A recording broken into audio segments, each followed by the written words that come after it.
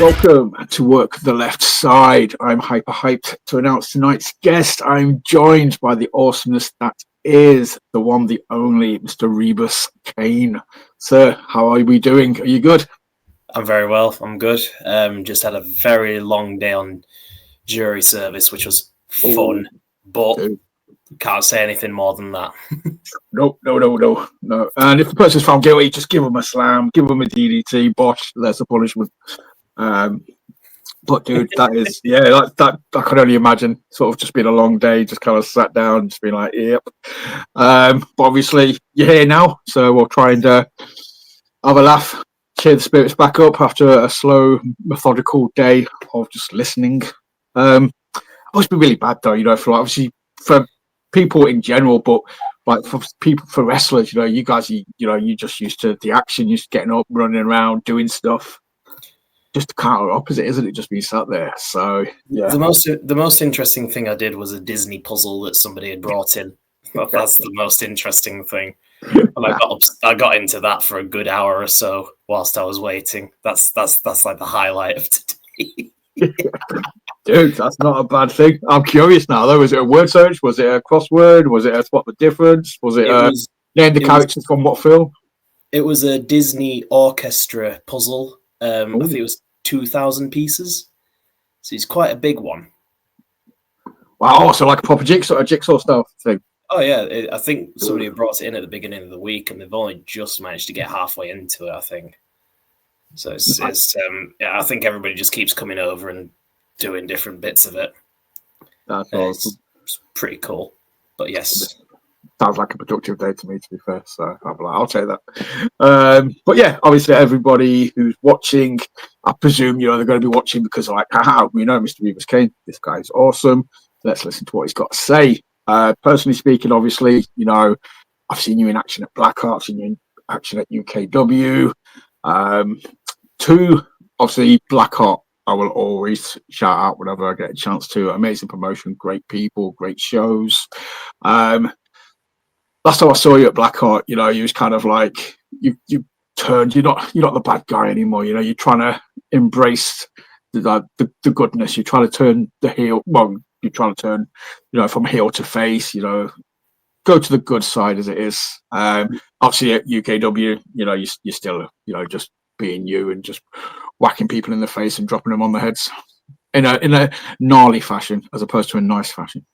Of course. Well, it's strange because it's when you're working at different promotions, it's you've got to be flexible, and I'm sure that others will have said exactly the same thing or something similar, in that in one promotion you work as one person, in another promotion you work as another. It could be the same character, but it's heel or face. It's just flexibility. That being said, face is a very new thing for me, because actually, if I remember, my face turn at Blackheart at least did start with the first show of their year. Yeah. Because I'd said, listen, I want to try something new. I want to see how I do as a face. So, all right, give it a shot. So they gave me a chance for a promo segment. I came on, did my speech, and it seemed to really resonate with people because I'd presented something that I am in real life. I'm a family man. I've got a daughter sleeping peacefully upstairs and a wife who will kick if I'm too loud tonight.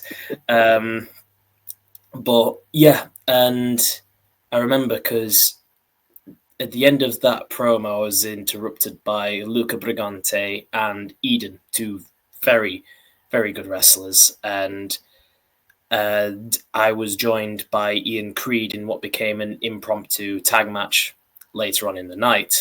And it was quite interesting because I think that was my first, at least at Blackheart, my first official match as a face. And since then, it's just been, I've just been getting more and more involved on that side of things. I think because obviously, last year at Blackheart, you was very much involved in the kind of the gung ho Motley Academy sort of story. You know, you stopped Ian Creed from escaping the academy, kept him kind of in the loop. Big part in that story. And then, like sort of say, you start this year something new to get your teeth into, because that's what I love about Blackheart as well. You know, they tell stories. You know, they allow talent to kind of get the teeth into something to kind of run with it. And I presume from speaking to the guys, you know, that run it, you know, they kind of trust you to do what you know feels best for the character. You know, they know you know your character, so it's like, right, okay, we'll give you the ball and let's see what happens, kind of thing. It's very much. I feel like the guys who run it, Lawrence Breeze and Henry Winters, I remember speaking to Lawrence, I believe, and he said he does have quite a bit of trust in me, because I think we come from very similar backgrounds. All three of us come from very similar backgrounds, in that we're all family-oriented guys. You know, they have families of their own, and I think that's what's helped connect us just that little bit more. But I knew Lawrence from when I was from my time in UK wrestling. I knew Henry Winters from my time in UK wrestling, and I'd talked to them quite a bit. And they said, "Well, let's get you over in Blackheart." So I eventually went over to Blackheart, and I remember they said they were quite happy with the way I was performing. And I just remember having a conversation, I think it was with Breeze, and said, I want to try something new. I'd like to turn face for next year. And I justified it, funnily enough, because you brought it up through the Wombats Ian Creed Academy storyline. Because I said, well, Remus Caine could have seen just how badly Ian Creed was being treated. And in Remus's eyes, he's never thought about what it looks like to actually hurt somebody, to see somebody else hurt somebody so badly and to manipulate them, because he's only ever been on the position of giving that pain and damage himself. He's never had to look at it through the lens of an outsider or somebody on the other side of it, or just observing. And it shocked him so much that he promised himself that he'd try to be better, he'd try to do better. And that's a bit of what fueled that face turn in the new year. That's awesome. Because I love it when you kind of like, you know, a lot of thought goes into this kind of sort of stuff. You know what I mean? You've got this character, you spent years developing this character. You know, I was having this conversation with somebody before about, you know, how far do you go into a character? You know, do you create like an origin story for him? Do you kind of sort of set certain points? Because the character himself has to have like a moral compass, which is what you're just on about. You know, he's never thought about it this way, and that moral compass kind of helps to direct where where the character's going. So that's exactly like you sort of said. Remus Caine has never looked at himself in the mirror and realised, you know, just what it's like to be on the other side. Well, that's the funny thing, because now I'm treating every company like as if its own parallel universe. Like as if the different versions of Remus Caine are all walking around. Excuse me. Because obviously, like I say, heel in one place, face in another, but they all have the same origin, because you were just on about the amount of thought that goes behind a character. And there's quite a bit, but I don't tend to tell people as much as to what the origins is. I'd much rather let people draw their own conclusions from it, because I like to think that regardless of whether I'm face or heel, one of the things that people acknowledge me for is that I never lie. In my promos, I never make up any lies. I always acknowledge when I've lost. I always say, well, yeah, I lost, and you didn't keep me down. I'm still up. I'm going to keep coming after you, because that's the kind of guy that I am. I'm brutal, tough. These things are what consistently keep going through, because the clue's in the name as well. Remus, as in Romulus and Remus from Roman times, that's where the name was inspired from, because my character is supposed to have quite satanic origins, dating all the way back to that time, because it's a little subtle nod that maybe Remus is actually that guy from back then. He was one of the founders of Rome, sort of thing. But I don't play on that as much, just because it's a bit much to try and fit that in for a promotion. But that's like my own canon for it. Yeah. Just a little something that I like to think about. As for what it is in the promotions, I just do what they need me to. If they need the face, family loving father who doesn't take any crap from anyone, you've got that guy. If you need someone who's going to rip your face off and wear it as his own, you've got that guy. Well, that's it. I mean, yeah, the character lends himself in multiple directions, whichever way you want to take it. Like you sort of said, you know, you get a book and you work at a promotion. You know, they kind of sort of say, look, we've got this space on the card. We need a character that can do this. And yeah, you know, your character's got that versatility where you can be like, yeah, that's not an issue. You know, like I said, Caine can be whoever he's needed to be. Some of the great wrestlers, unless they found their specific niche, are people who have been able to evolve and adapt the characters over time, regardless of whether it's in one promotion or multiple promotions. I'm not going to name any specific ones, but you can find, like I say, countless examples. In fact, no, I'll say one. MJF. I mean, he's always the same character all the way through, but he evolves it to what he needs to be in the moment, whether he's face, whether he's a heel. And I think that's the only similarity between me and MJF, in that I never saw myself turning face at any point during the start of my career. And then I look at MJF and it's like, I can't imagine this guy ever being face, but he did it and it worked. And well, if it worked for him, it could work for me, and it did. But it's that, again, I think that versatility is very much appreciated. And I like to think that I tried to be as versatile as possible, because I know I'm not going to be able to do certain stuff. I'm not a high flyer.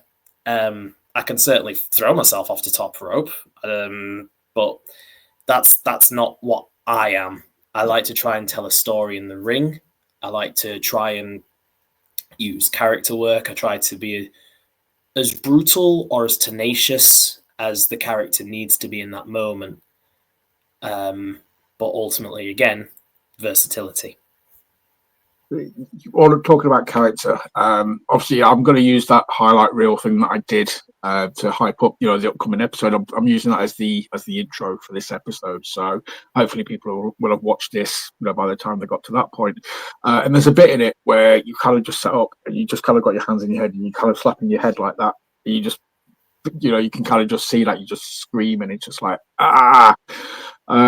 it's the little things like that that, you know, some people don't bother doing. You know, they'll just go from move to move to move. It's fine, but when you've got kind of a character like yours, it's sometimes those moments between the moves that kind of sell it. You know, that just kind of turn it up to 11. That kind of amplify, you know, the mannerisms that help cement the character. I agree.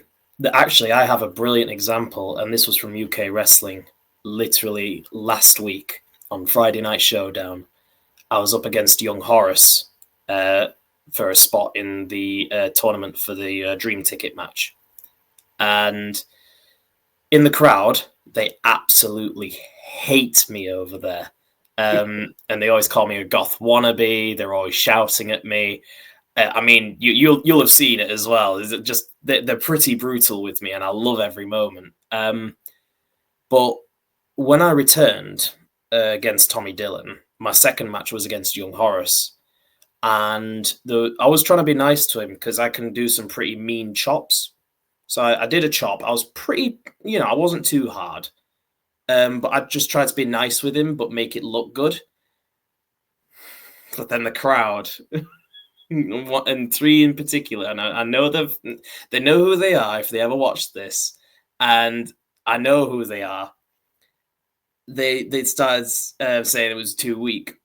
They were mocking me for it. It's like, I'm so sorry, Horace.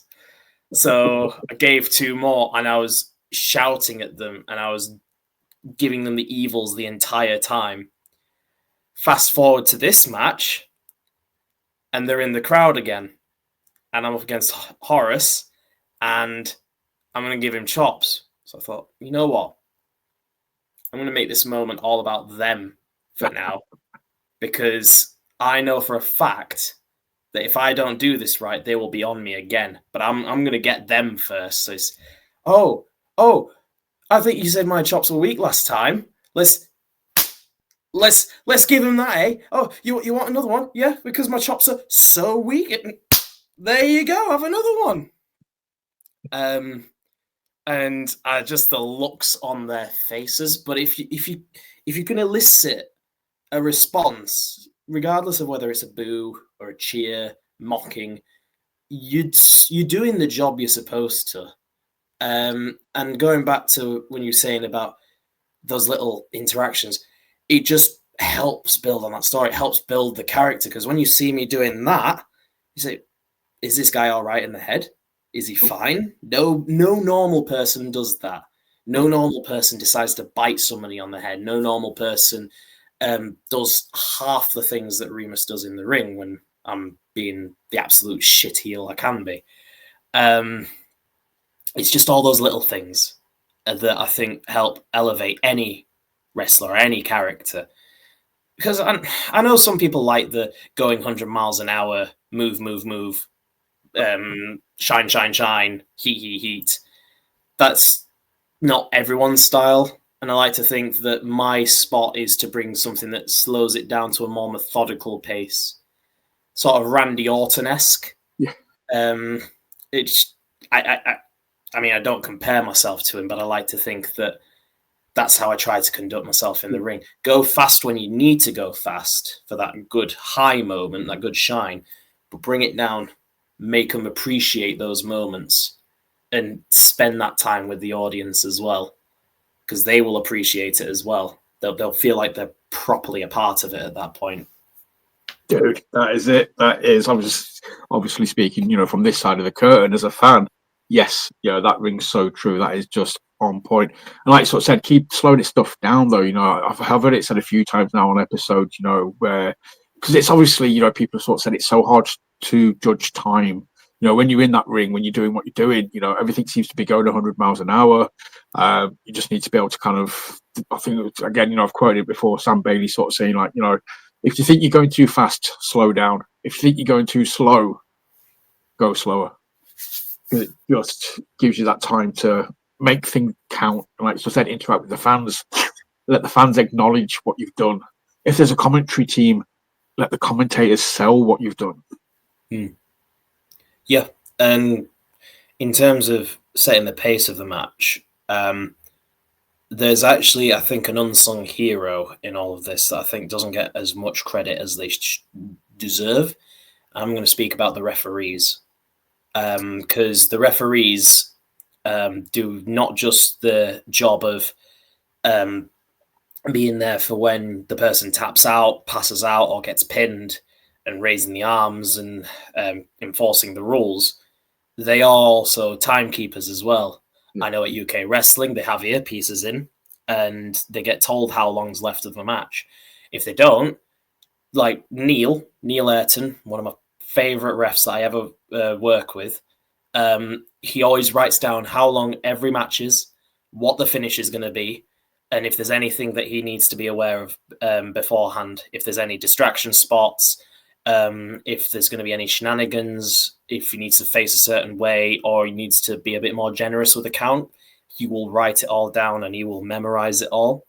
He's such a pleasure to work with. I've never had the experience of a bad ref, thankfully. But I feel like, I don't know if they've ever been mentioned, but I feel like they're a key part of it. Obviously, the people in the ring also need to have the minds focused on just how long you've got, setting the pace of the match. But I think the referees are the unsung part of that process. Well, I can officially go on record and say they are not unsung at Work the Left Side. I have had the pleasure of speaking to 4 or 5 different refs on here, just to emphasise the importance of what they do. A great ref can make a good match excellent. Said it before and fully agree. Refs, deserve all the love and should be acknowledged for what they contribute. Absolutely. I mean, I don't think there's anybody in the wrestling industry that doesn't have their role to play, whether it's the promoter putting out the graphics, coming up with the card, putting people together, drawing different talent from across the country, the wrestlers themselves for putting on the matches that they do, putting the bodies on the line the way they do, the referees, the announcers, the commentators, the people who work the lights, the music, the smoke, set up the venues. There's not and the fans as well, because without fans, wrestling would just be two people in the ring slugging it out, and you'd basically have boxing. It all comes together in this beautiful little storytelling, long series drama, which it is. It's a soap opera. It's a drama, and that's the beautiful part, because we all get to be a part of that experience and that process, but from different angles. We all get to appreciate it differently for what it really is, a work of art. Exactly, dude. Just yes, everything of that. It is so much like a team effort. It's like, again, I'm a massive film nerd. Freaking, they are, besides wrestling, they are my next sort of thing. Besides my family, my kids, wrestling, films. That's me done.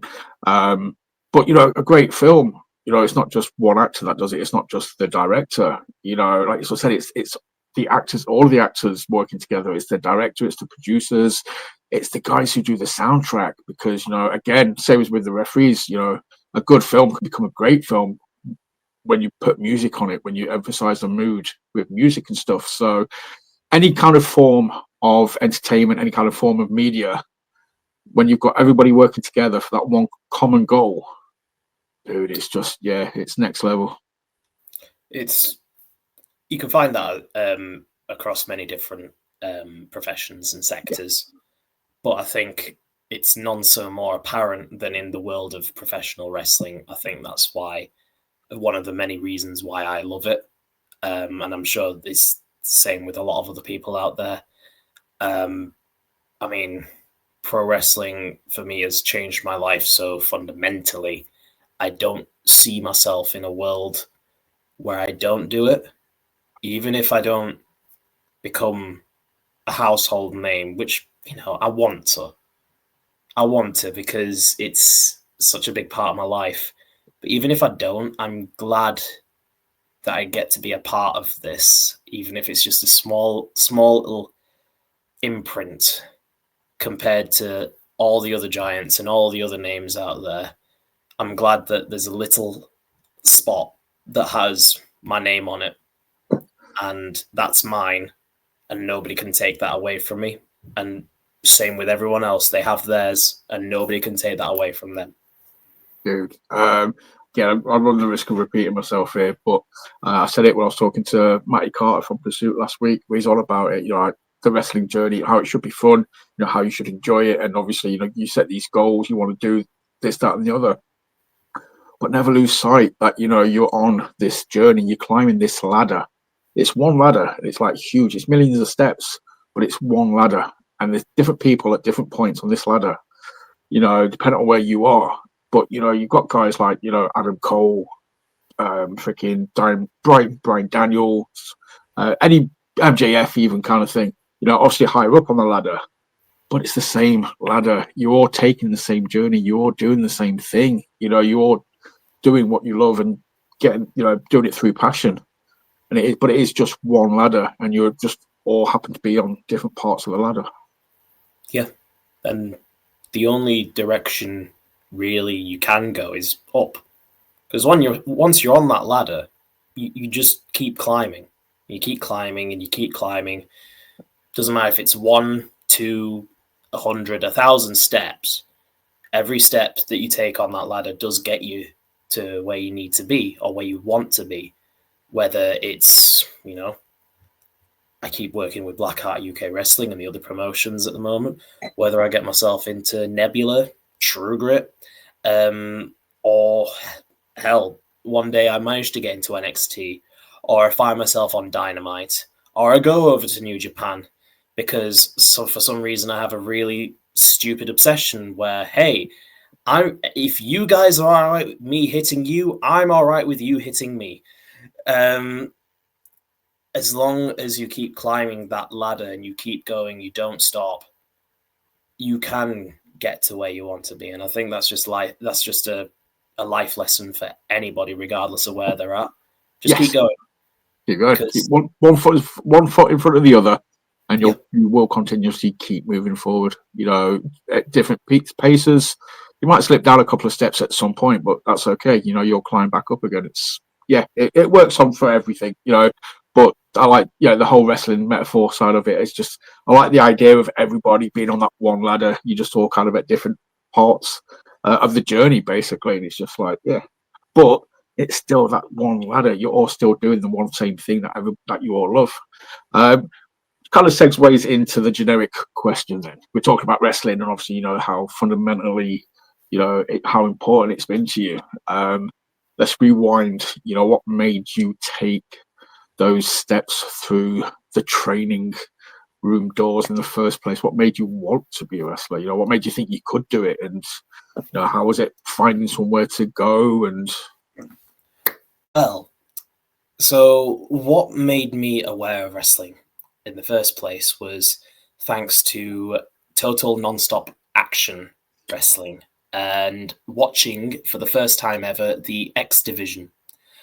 Because I remember the one episode, I can't remember who else it was, but there was Suicide. And he was in the ring. Yep, Suicide.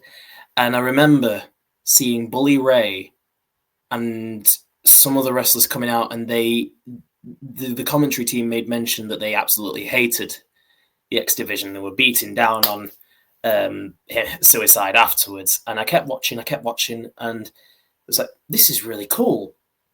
And back then, mental health, not particularly great. I was thinking, I couldn't do something like that.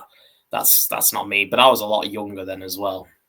Fast forward a bit, I watched TNA every now and then, started watching WWE a little bit. And then I came across, because I knew some friends, I came across a load of backyard wrestlers. And yep, your guy here, who is actually doing professional wrestling, also used to be a backyard wrestler. I'm not ashamed to say it, because like others have said to me, is you've actually done the training, doing the training, and you're putting in the effort, you're putting in the grind, and you've made it into the ring, and you've made your spot there. So I'm not afraid to say that anymore, because it's my origin. But then comes along, and I'm not going to say his name, but comes along someone who used to be my tag partner. And he said, have you ever considered actually doing it for real? Not really, but I can give it a try. Because he said, you've got very good character work, but I think if you actually trained, I think you could do a lot better. So it was funny, because it was at Firth Park, and I did a little bit of training at a place called Steel City School of Wrestling. It was run by Adam Kilby, alongside Vicky Kilby. I remember going to my old tag partner, and he said, okay, show me a bit of what you've learned. I out-teched him. Right there, and surprised him. He said to me, dude, you should get into wrestling. You should actually do it. Okay. And there's a lot more to the story. It goes with a funny interaction between me and the wildcard Tommy Dillon, where I started cutting promos on him before I was even in the company. But eventually, I make it into UK wrestling. I did a bit of training at Pursuit Pro Wrestling at the time as well. Only a few months, but I did some time there as well. Got to UK wrestling. What was the first match they put me into? And I will always relish saying this. First match I ever got put into was a 2-on-1 handicap steel cage match against the Necessary Evil Palmer. And he's a big guy. It was a night where Big Duncan debuted. He came in through the steel cage door, and we both got choke slammed, and that's how I made my in-ring debut. And then since from there, I've been getting into other promotions, like Blackheart, Firestar, Championship Wrestling, which I'm shouting all these ones out. Yeah. Cheltenham Wrestling Alliance, Brawl. There's quite a few actually. KaMa, a most recent one that is set up in Barnsley, Yeah, my hometown. Where hey, there's one that shall not be named, but there's been a few. I know I'll have missed a couple out perhaps, but there's been quite a few across north, south, west and east Yorkshire that I've been to. Yeah. That's cool because obviously, like I said, you're getting out there now. That's what it takes. You're building that momentum. Obviously, KaMa, fully aware KaMa as well. Very, very cool. Had various people on, from there now. Kind of obviously, Horace, Evan Bishop, John Hunter, I believe, was there recently as well. So a very, very cool, family-friendly show. But it gives you that opportunity again to develop the character. To get the laps in. It was the last show, and it was funny because it actually focused on me being a family-oriented man. Because the show, were you there for that show? Not for I've never made it to KaMa. I'll kind of watch I follow them on socials, so I kind of try and keep up with the matches that they post and stuff. Well, the way that my match came about with that was my partner, Jenny Hayes. She opened up the show with a set because she's an idol singer, and she opened it up, and it was really well received. The crowd loved it, and then Mr. Leave and Shawal the Great came out, interrupted the set, and was like, "No! This is a pro wrestling. We don't have singers here." And I was actually sat in the front with my family, with my grandma, my sister, and one of my cousins. And they came over and said, "Oh, you stay in your seat. You're just an audience member for tonight. We've got to deal with your partner here." And my daughter was there as well. She was watching in the pram. She loves wrestling. So they started talking, and all part of the story. I got up from my seat, took my jacket off. I was all in my gear, rushed to the ring, started a brawl. And then Aidan Sparx came out and helped me. And that set up for a tag match later on with me and Aidan Sparx against Shawal the Great and Dante Durden. They won. It's fine. They're great guys to work with. But I think that's also been used to push the tag division a little bit. I think that might... I don't want to confirm things, but from how I'm feeling, the tag titles might be the next to come onto the scene. We'll just have to see. But it was just... KaMa is just great to work with. I've only been to 2 of the shows, and both times I felt very welcome. And it's a sort of pleasure to work in the place that you've grown up in. I've been in Barnsley for 9/10 of my life. I'm Barnsley through and through, as much as at one point I might have tried to tell people I wasn't. But it is who I am. I'm happy to live here. I'm happy I'm here with my family, and I'm happy to say that I wrestle on shows in Barnsley. Again, great talent, like you said, young Horace. We've fought each other multiple times. I could go on ages about the kind of matches that we've had. And then you mentioned Evan Bishop, absolutely great guy. I've not had a chance to speak to him as much as I want to backstage, but I remember last Friday I did K-pop Demon Hunters inspired makeup, the one night only thing. He was the first one to notice, is like, "That's K-pop Demon Hunters." And I think he quite liked it. But yeah, just great guys all around. Just great atmosphere. Well, that's it. Because again, I kind of noticed, there's a lot of guys from like I'd say the UKW turning up there. There's got guys from Pursuit as well coming down. You just mentioned Aidan Sparx. Obviously, my man Radu Bulat is there as well. It's just, yeah, everything I've seen of it just looks very, very cool. But you talked about tag teams. So are we going to get an Aidan Sparx, Remus Caine team? Is it Sparx and Caine, or? I'm not against the idea of Remus Caine and Aidan Sparx having a bit more time together, but obviously that's all down to what the powers that be want. But powers that be, if you're listening, yes. Yeah. The answer from the fans' perspective as well, yes. Because yeah, man, I'd be well hyped for that. I think that's what quality. Love Aidan. Aidan's a top guy. Obviously, yeah, I think you two guys will work awesome together. It'd be a great dynamic as well, because you kind of got that. Obviously, you'd be working face there, but it's still, you got Aidan with the red and yellow being all bright and colourful. Then you got you there looking very dark and grungy, and just be like, but it works. Yeah, I think somebody compared me to looking like Barnsley's Dean Ambrose, because I wear the black tank top and ripped blue jeans with the wrist tape, which I didn't really think about, but at least the difference is that I had the good grace to decide to decorate my jeans and not just have them plain.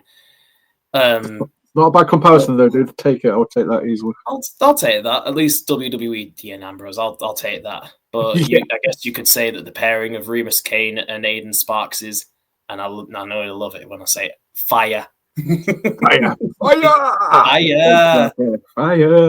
But yeah, obviously rewinding a little bit as well, to acknowledge, and just appreciate, like I said, the whole backyard stuff.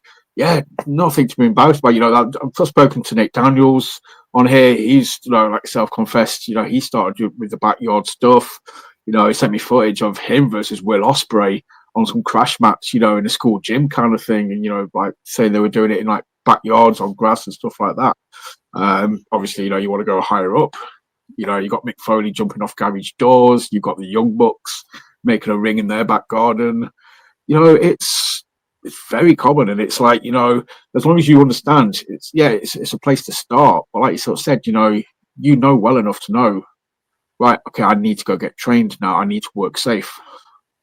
Well, that's the whole thing. At that time, I didn't think I could actually do it, and then I did the training, and I found out that I could do it, and that's helped me get to where I am right now. It's having that motivation to get to that point, and to actually push yourself for it, because once you actually push yourself for it, you realize you can. It's such a high, and that high has been keeping me going for many, many, many years, even through the highs, even through the lows. And I've said it once, I don't think I'd be the person I am today if it wasn't for wrestling, a large part of it. It has shaped me to be the kind of person that I am today, for better or worse. But I will say there is one thing about being a backyarder that I think does actually help. Because obviously when you're in the ring, yeah, it's by no means the softest landing when you're bumping in that ring.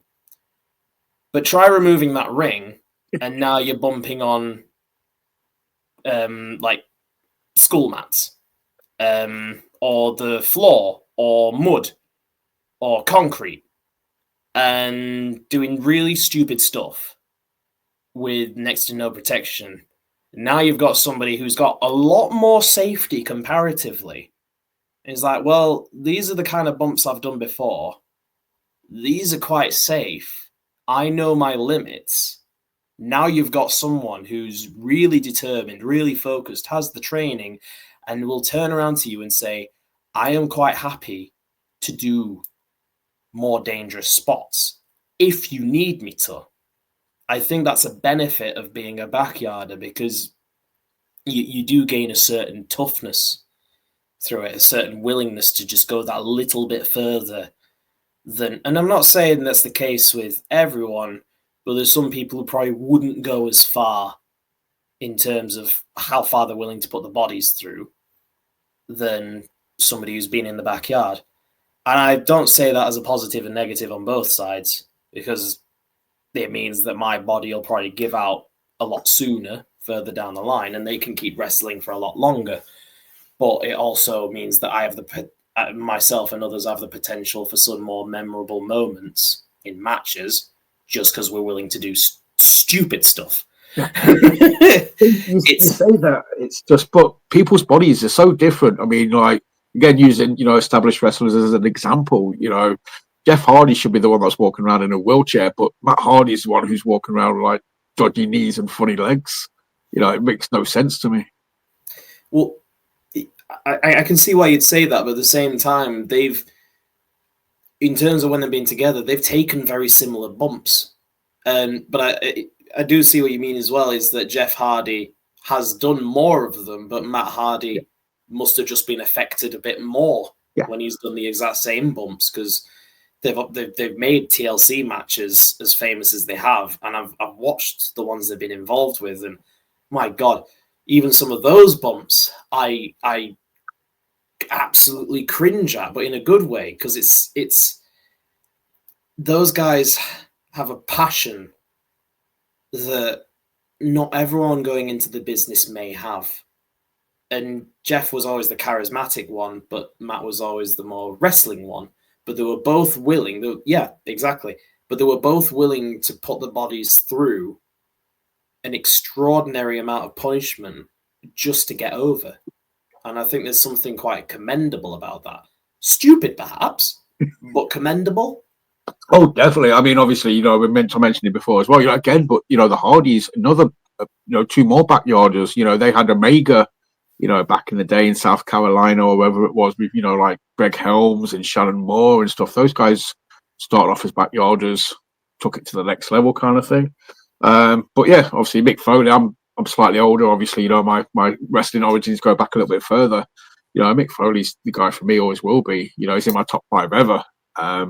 And again, he kind of embodied what you said beforehand. He was willing to put his body through a little bit more than a lot of people, and it created some really memorable moments as a result. Let's not forget Sabu and Terry Funk. Yes. And here's a name that I think you wouldn't be expecting: Mikey Whipwreck. Yes, Mikey Whipwreck. Yes, I'm a lot more old school in my wrestling tapes than my looks might give. But yeah, Mikey Whipwreck, I think, is an example. He's a very rare example of someone who should have trained more, but managed to get over because he was just that tough. Yeah. He was willing to do some stupid, and I mean stupid stuff, to get over with the crowd. And you know what? It worked, because he just, no matter what he did, he just didn't die. He just kept going. And I'm not saying that all wrestlers can do that, but that's what worked for him. Yeah. And I think if it works for you and the crowd love you for it, and, ultimately you're fine with doing it, do it. There's nothing holding you back except for yourself.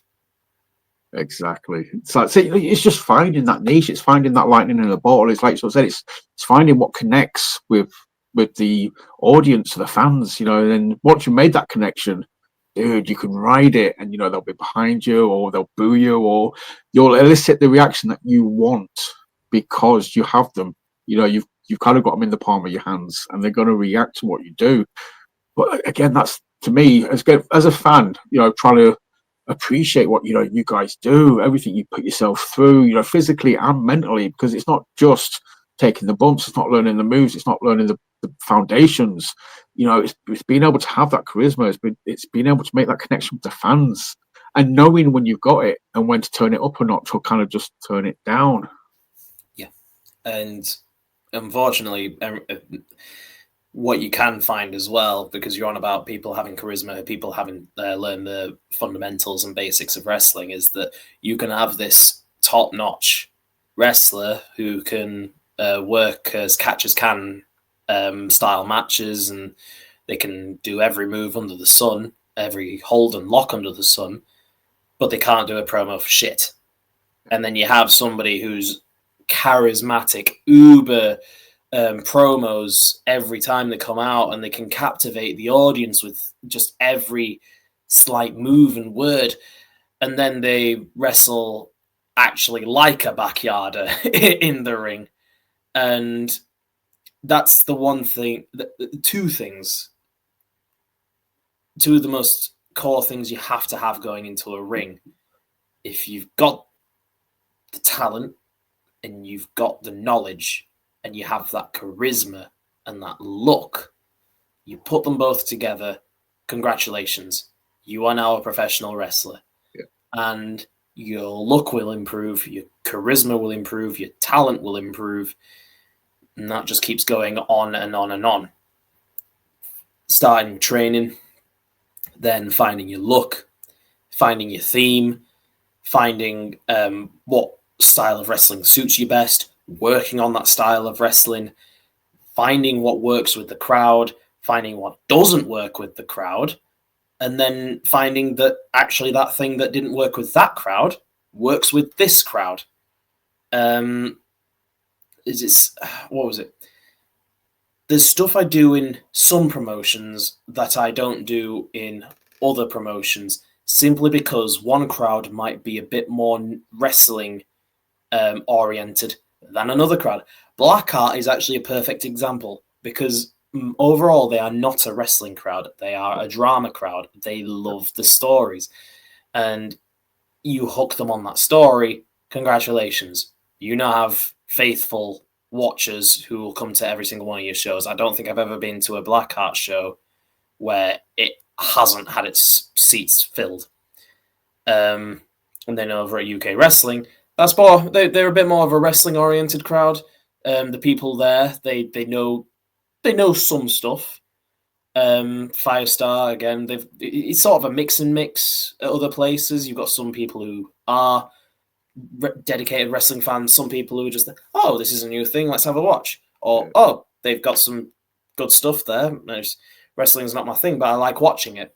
But you have to be able to find your way to be able to connect with all those different crowds. And then you've always got the shows as well where the kids have dragged the parents along, and it's majority mainly made up of kids, and the adults are kind of sat there, and that's then the challenge. You've got to hook the adults. You've got to hook one of the parents, because it's the parents that buy the merch. It's the parents that will buy the tickets next time. You know, it's kind of like, right, the kids are here. The kids want to be here. The parents don't. Let's get them. Yeah. What is it? Firestar.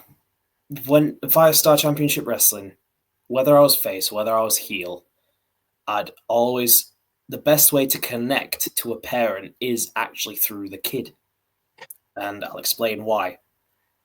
Because for me, the way I get the kid hooked is by, again, like I said earlier, you make them feel like they're a part of the story.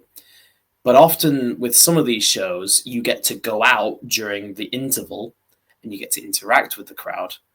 And I feel like that benefits people who are working on the second half of the show a lot more. First half, yeah, absolutely fine. But the second half, you get that little bit extra time to promote yourself beforehand. And I remember going out as a heel, and I always have my sunglasses on. And any time there's somebody in the crowd or one of the kids looking at me, I'd see them, tilt my glasses down, point at them, and I'd make an effort of going towards them to interact with them, because now they feel like they're even more of a part of, oh my God, a wrestler is actually coming over to me to come say hi. And it's how I've been able to sell some of my signed cards that I do, some of the photos that I do, and the parents will appreciate that effort being put in, because now their kids are feeling, thanks, Mom, thanks, Dad, you've took me to this really awesome show, and oh, these wrestlers are interacting with me, oh, it was really cool. It's like, my kids really enjoyed that. I think we'll go to the next one. And there you go. That's how you hook them. You hook them through the kids, because there's no point trying to hook the parents themselves, because, like you say, they're probably not interested to begin with if they're just there bringing the kids for the sake of it. But if you can give the kids the best time during the 2-3 hours that you've got, there you go. Job done. That's if there was anybody who was struggling, that's my personal advice. It might not work for everyone, but that's how I've been able to do it, at least. Get them through the kids, and now you've got everyone hooked. Yeah. Because kids are some of the most passionate when they're watching and when they're hooked. And kids tell their mates tell other mates. Their mates want to go to the next show. Oh, yeah. Bob down the street, you got to interact with a wrestler. I want to interact with a wrestler. Let's go. So yeah, word of mouth. There's actually a really funny on the KaMa YouTube page on my match with Aidan Sparx. There's actually a really funny moment where I've got Shawwal in a headlock in the middle of the ring. I thought, and I'd already discussed this beforehand. It's like, let's try something. Get the crowd all jeering. Get him up. I give him a nuggie. Right there in the ring. And then as I was watching the recording back, towards the back of the room, there were some kids who were all giving each other nuggies. And they were properly invested in what they were watching at that point. It was like, oh, that wrestler's doing a nuggie. That's funny. Here, come here. You get a nuggie. And I just thought, I think that was probably one of the funniest things I've seen, but also one of the best things I've seen. Because at that moment, I knew, right, I know those 3 or 4 kids right there and those people who are watching, they're hooked now. Because it's not even like, it's not like a Canadian destroyer or anything. But that was far more simpler to do, and it got people on side. Sometimes it's not that complicated. No, that's it. It's knowing what works. It's trying it. If it works, awesome. If it doesn't, don't worry about it. Try something else, kind of thing. Move on. You're not going to get bullseye every time, but it's just. But yeah, like I said, Blackheart is. You summed that up perfectly. I know Jamie, and I've not got to know Lawrence over the last couple of years pretty well, but I've known Jamie for about 10 years or something, and was talking about Blackheart and was on about the wrestlers that are there, the talent that are there, the shows they put on, the creativity, the stories. And he was kind of like, because I was like, oh, have you ever thought about using this person or using this person, me being a mark for certain people? And he was like, they wouldn't work at Blackheart. He's like, I think they had Leon Slater versus Liam Slater, one of the earlier shows. And everybody just kind of sat there like, not interested. And then like 2 big characters come out and just do basic moves on each other, but tell a story, that they can relate to or that they're invested in. They pop huge. And it's just kind of like, it's knowing your audience. That's why I think, in particular, people like, and I'm gung-ho Muttley, Sammy Blue, who I've had the pleasure of working with multiple times, Ian Creed, Callum Jakester, Chili Heatwave in particular. Hell, even the Luchadors as a gimmick, it's absolutely stupid. It's two big guys called Burrito and Quesadilla, and they just do stupid stuff in the ring, but it works with Blackheart because that's the kind of stuff that's going to make people laugh, and if you're laughing, you're enjoying it. And that's another thing in wrestling as well. It doesn't always have to be serious. Obviously, my character is very serious, but if every character was like me, serious, uber serious all the time, there'd be no variety. You gotta have the laughs as well, and more importantly, those characters. And each one of those that I said have completely different characters, but that's what they have. They all have a character, and they all play their roles. And again, storybook-esque. It's like reading a storybook. And that is a magical part of it. You say the Luchadors. I've still got beef with the Luchadors. I'm not going to acknowledge them. They last Blackheart show I went to, I missed the main event because I had to leave early because of car parking time restraints. And I blame the Luchadors. If they hadn't spent 20 minutes getting in the ring, I would have got to see Sammy Blue versus, Seb Mercer. So, no. I'm only kidding. Obviously, I love those guys. It was just one of them things. But if I'm going to blame anyone, I'm blaming Quesadillas and freaking tacos or whatever it's called. It's all right. The one of the times that I faced him was at a charity show, which I think Blackheart was running, and it was me, Brad Coleman, and Leonie Rose against the Yorkshire Luchador and the Lunchadors. And my God, if you can find footage of it, it is the funniest match I've ever been in. One of them tried to offer me Pringles that I just smashed into the side of the apron. I was just stomping all over them. They were doing a dance-off with us, and Brad was being hooked in whilst dancing. We got pushed over the backs of one of them like it was in school. It was, oh my God. I have a reputation for never breaking character in a match. That is the closest I've ever been to it, and I still didn't laugh. It was so hard to do, though, because I knew for a fact they were going to try and break me. I knew for a fact. And I know if I ever end up in a match with them, they are still going to aim and try and break me. I dread the day I ever have to go up against them. Not because it's going to be a hard match, but because I'll be spending so much time just trying not to laugh. Just imagine you're in the corner with your head on the turnbuckle, pretending to be injured or something, and just your shoulders going like, no. It'll be like Usi all over again. I'll just be doing that face wipe. Just stay right there. Stay right there. Obviously, talking about the character, I'm always interested when people kind of develop these characters, where they get the inspiration from. Because I've spoken to many people who have developed great characters over the years. One for me being Isaac North. I think the guy's unique in British wrestling. He's amazing. His character's awesome. And we had a really good chat about developing a character. And it's like, you don't look at wrestling for influences because it's all been done before. It'd be very easy to make comparisons. He's kind of sort of said, he looks at music or he looks at films, stories or things like that, books. So I was kind of curious as to where people get, the inspiration from or their influences. For me, at least how I did it, was I drew upon influences from things that I enjoy or things that I've seen.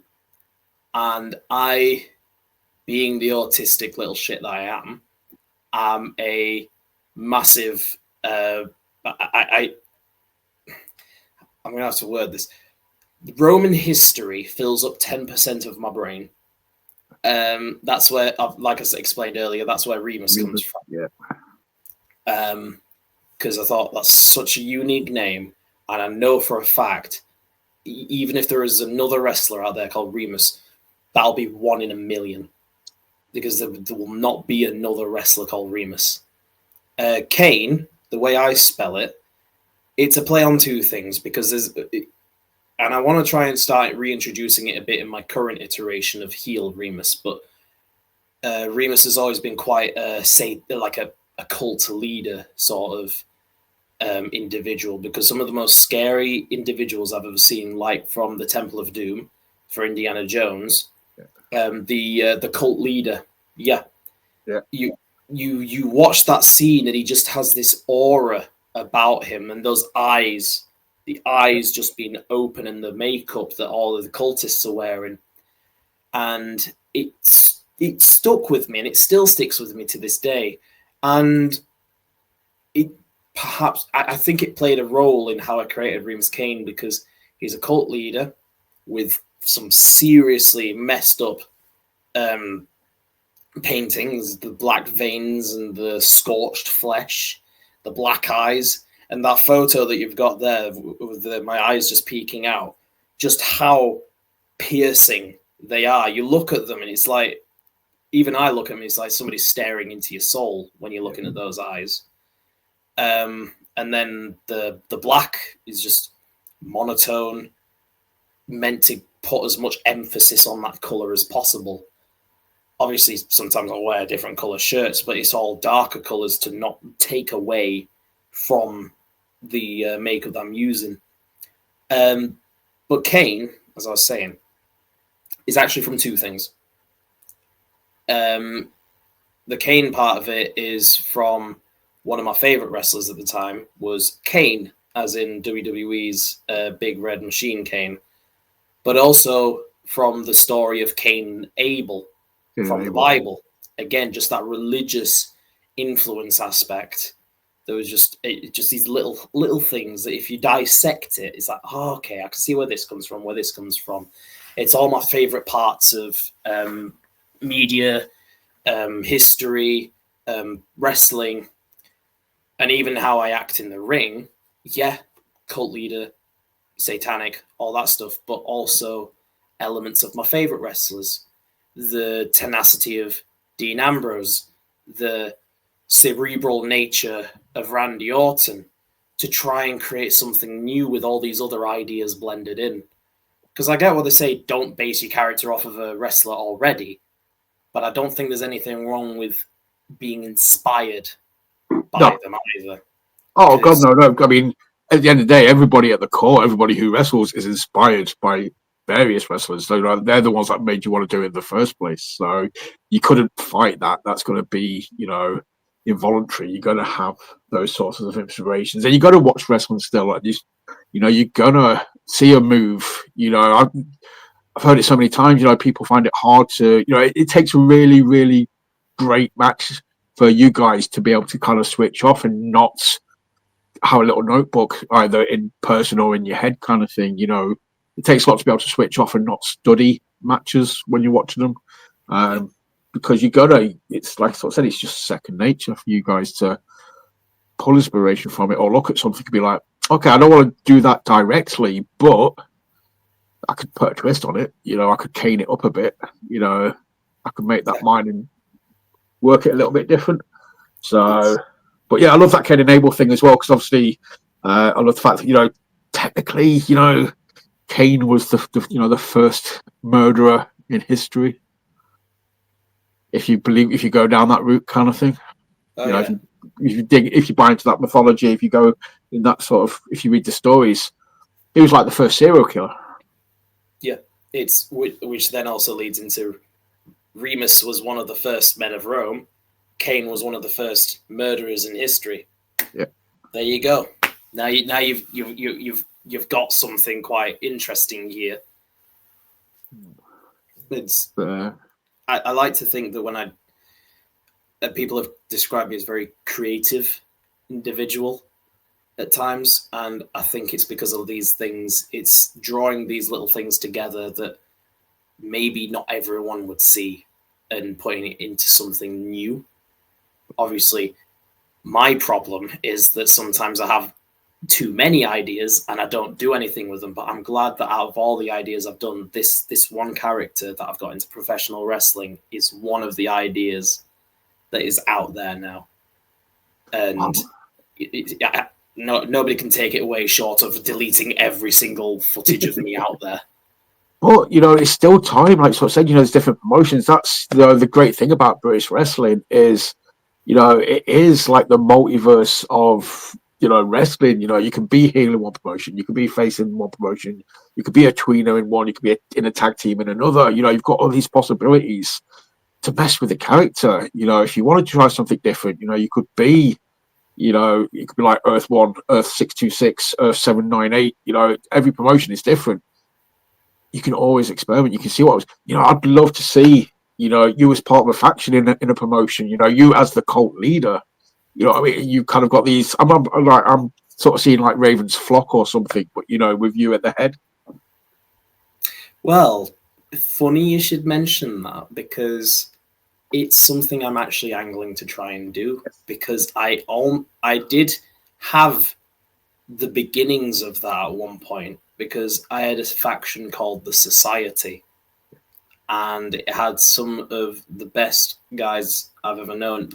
Brad Coleman, Callum Jakester, Owen Murdoch, but it started off with just me and this other guy to start with, and this was in UK wrestling. We were still finding our feet, but then fast forward a bit later, and we find ourselves in the main event of a Clash of Champions for the tag team titles in a fatal 4-way tornado tag match. with the Persian Empire, the Playtime Mafia, and the New Dawn, with some of the best guys I've ever known. And that I wish the society could have done more in UK wrestling. Because I remember, because we feuded with the New Dawn quite a bit, we challenged them 3 times for the tag titles, and every single time was an awesome match. Andrew Jepson and Billy O'Keefe. Billy O'Keefe in particular, my God, that guy can just work and work and work. On the 3rd match, because they'd retained the other 2, even Jepson turned around and said, honestly, I wouldn't be surprised if you guys won this match. It would just make sense in the story-wise capacity. It didn't happen. That's fine. The story is as the story is. You just do it. But there is a part of me that's like, I want to bring the society back. Because when the society was there, we were a force to be reckoned with. We were guys who went around bashing people over the backs with steel chairs, doing some really heinous, awful acts. But a part of me wants to be like, no, we can do more. We can bump this up even further, because I can be this dark, brooding, maniacal, twisted individual that will go to lengths that nobody else has gone before. And there's an idea in my head where in the future I want to be taken out to the ring in cuffs, because the promotion itself does not trust me outside of the ring to not do anything. So they keep me in cuffs to the ring, and it's only when I'm in the ring do they unlock it. I want to be at that point where that's the level of insanity that Remus Caine brings as a heel. But I have to do something in that ring to get to that point. And I know other characters and other gimmicks will have done the same, but I've not seen it done recently in UK wrestling or any sort of local promotion recently. You've got scary, terrifying individuals, but a lot of those guys are just big. They look scary. They look terrifying. I'm not a big guy. I'm a guy who goes out there in some really messed up makeup and does some messed up things. But I think I could do that quite nicely. And that is the idea I actually want to pitch. You don't have to be big to be scary, though. It's the mindset, it's the logic, it's the fearlessness, it's that intensity where, like you sort of said, it's just like, if you're around, shit, everybody's looking over their shoulders, because you could just pop up at any point and just demolish anyone and not give a flying, fudge about it. It's just, like I say, you don't have to be a big guy to be a scary guy. It's how you present yourself. If you present yourself in that manner where everyone's a target, you're not going to back down from anyone. Or even if they knock you down, you get back up. You come back out 10 minutes later and just kick the fudge out of them.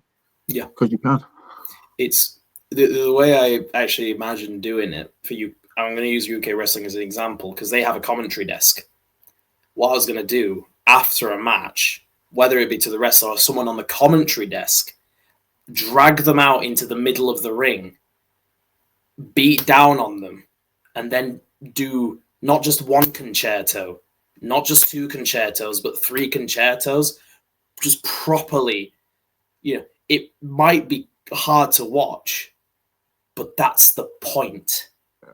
Regardless of whether or not Remus Caine becomes a champion at that point or goes on to do championship things, they've had their moment. They've had the thing that's going to, when the crowd look at Remus or anybody else who's put into that sort of idea, you can't help but think of the guy that almost put somebody in hospital and now has to be paraded around in handcuffs just to stop him from doing anything like that again outside the ring. Dude, that is, oh mate, that would be awesome. Anybody knows me knows I love factions. I love, I want to see more. I want to see just a faction just dominate everywhere in the UK. I just want that kind of invasion kind of thing. That was awesome. I would so be hyped, to see that. And like I say, you've got the character to do it. It just fits. Like I say, I can see it.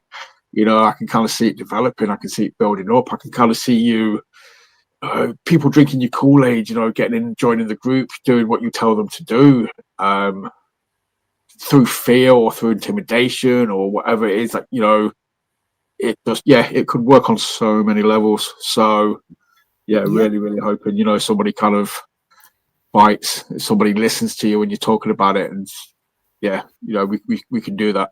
That would work amazingly on our show. So even on a PG show. If you hadn't turned face at Blackheart, I could have seen that working so well at Blackheart. The thing is that the heel turn exists for a reason, and Remus Caine is always a very Jekyll and Hyde character, because even Face Remus, that heel Remus hasn't gone. Remus is trying to be a better man, but under the surface, just bubbling away, he's there and he's watching, and right now he's just in the backseat. He can't do anything about it until Face Remus turns around and says, you know what, come out for a bit. I need you to take care of this. And then heel Remus comes out and it's like, things are different now. Because another idea, ideas. Say I'm up against somebody in a rivalry and my face music plays, but then it pauses and you just hear my voice. What, you thought you were going to be facing this guy tonight? No. You don't deserve to face that nice guy tonight. Why don't we play the appropriate theme? And then my heel music starts playing. And then you see heel Remus comes up, who's still face for the purposes of the story. He's still face in this. But what he does in the ring is nasty. Yes, exactly.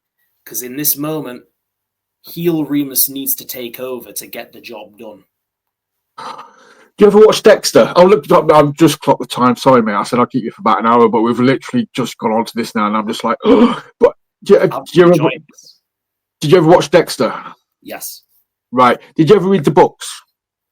I have not, I'm afraid, but I do want to. It's illustrated better in the books. They mention it a couple of times in the TV series, but in the books, it's like a core part of the character. He keeps referring to something called the Dark Passenger.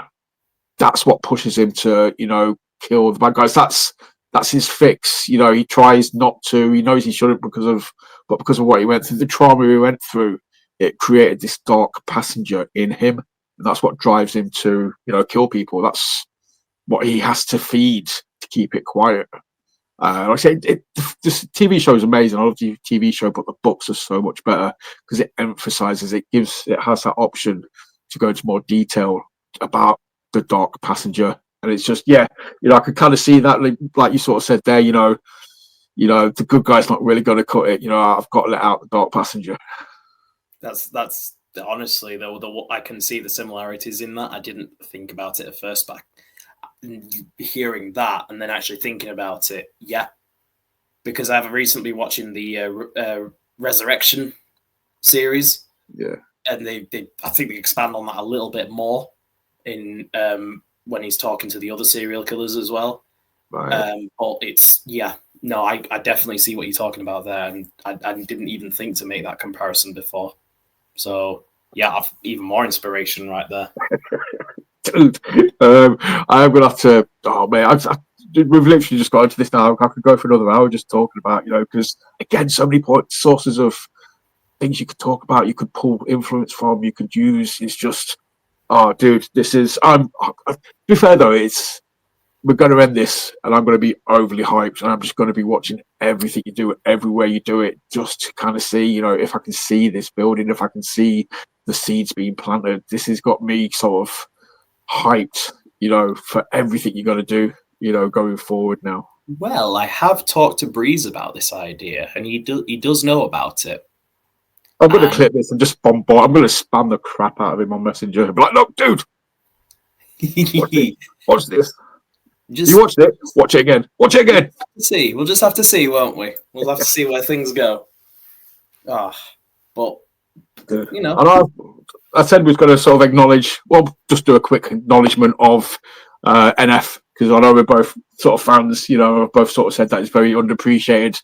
Obviously, this came about because I used, the song for the hype reel for your episode. So yeah, I just want to shout out NF. If you don't know who NF is, go check them out on Spotify or Apple or anything, that you listen to your music, Deezer, whatever it is. Search for Mansions, search for Therapy, search for the search Clouds. It's just, the dude is a lyrical genius. So he's in the same vein as Eminem, but his is a lot more about the mental health and mental state, which anyone who knows my story, it resonates quite deeply. That's why I shouted out Mansions to you, dude, because that for me is one of the greatest songs ever written, purely because of the lyrics, because of the way it's put, the way he describes, different rooms in the house, obviously the house being his brain and how his brain works, and he's built this house up, and there's a door in the mansion that he won't unlock. Fear's lived in there for many years. It's just it's just genius. It came out, it's quite, I'll probably say it's about 8 years old now, the song, but it's one of those timeless songs. It just, anybody who connects with it will automatically just be like, oh my God, he's talking directly to me. It's just, It's brilliant. But, dude, thank you so much. I'm literally gonna, after this episode, I'm just gonna be sat here. I'm gonna need to kind of calm myself down and be like, right, stop thinking about Colts, stop thinking about Dark Passengers. Just, I know, I need to find myself a jigsaw to do or something. I'm gonna sort of influence from you earlier today. I'm like, right, where's that jigsaw? I need the jigsaw. Give it 5 minutes. I'll be throwing it up in the air and mashing it up and just burning the damn jigsaw. But blame my Dark Passenger, mate. Thank you so much, though. It has been an absolute blast and a pleasure talking to you. The pleasure's been all mine. Been really happy doing this interview. I've not done one of these in a while, and it's just been very comfortable. Thank you for having me. Dude, that is the best thing I can hear. That is what I aim for with everyone. As long as you have fun, you're comfortable talking, we have a laugh. Mate, I ticked all the boxes. It's just been, it's been a lot of fun. Obviously, I will be keeping an eye on, like I said, everything that you're doing. Obviously, if you see, any of the promotions that we've talked about tonight, if they have a show near you, buy a ticket, go support your local promotion, go support the talent, go watch a show, get that interaction, get that feeling, enjoy the stories being told. Me personally, obviously, I will see you at UKW. I'm pretty much there every week now. Thanks to finally dipping my toe in there. Get to see some of the good stuff. But it's like, right, cool. That's me there every Friday. And obviously Blackheart as well. Got to shout Blackheart out. The first Sunday of every month. Guiseley Theatre.